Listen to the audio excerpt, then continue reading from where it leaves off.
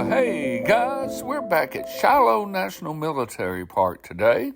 And just in case you think the Day 2 fighting at Shiloh didn't amount to much, we're going to tell you the story of J.D. Putnam. On October the 2nd, 1861, John Putnam enlisted in the United States Army. And just a tad over 6 months later, he found himself right here.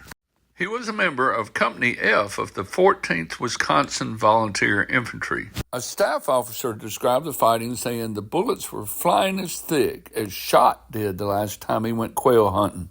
It's April the 7th, 1862, and Confederate and Union troops alike were attacking and counterattacking many different times in this area. The fighting was described as long and horrific. One soldier of the 14th Wisconsin wrote, "All that I remember was that I loaded as fast as possible, and whenever I saw a success, I shot at him." During this melee of attacks and counterattacks and artillery being involved, young J.D. Putnam was killed. One of Putnam's fellow 14th Wisconsin soldiers avenged J.D., though. He immediately shot and killed the Confederate that shot J.D. before he could take his gun from his face.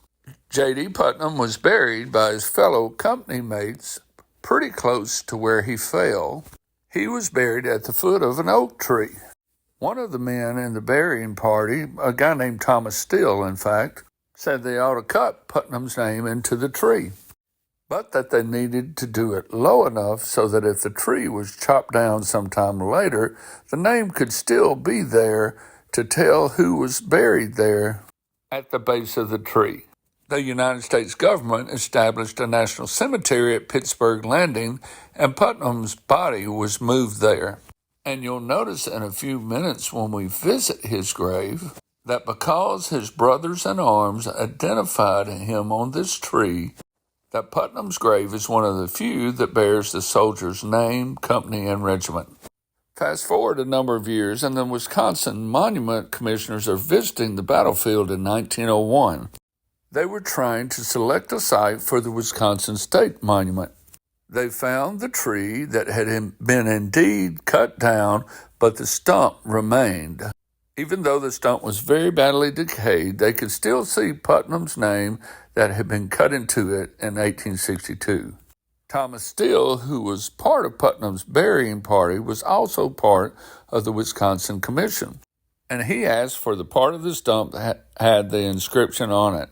He had the stump photographed and had it forwarded to the Capitol Museum in Madison. He wanted to preserve the stump and Putnam's memory.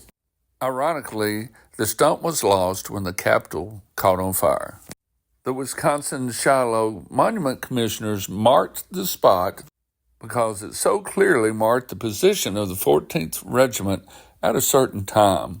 They even decided to reproduce the stump in granite.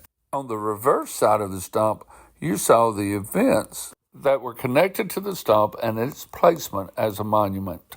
The photograph of the stump, along with a pencil sketch made by a park engineer, was sent to a Rhode Island company that was able to reproduce an exact facsimile of the stump. The monument, or Putnam Stump, was put in place on April the 7th, 1906.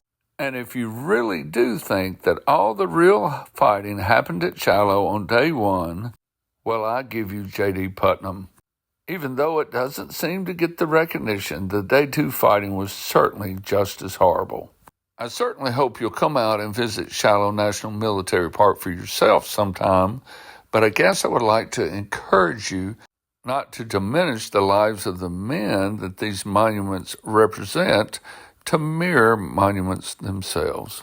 Well, I hope you've learned a thing or two today. Thank you.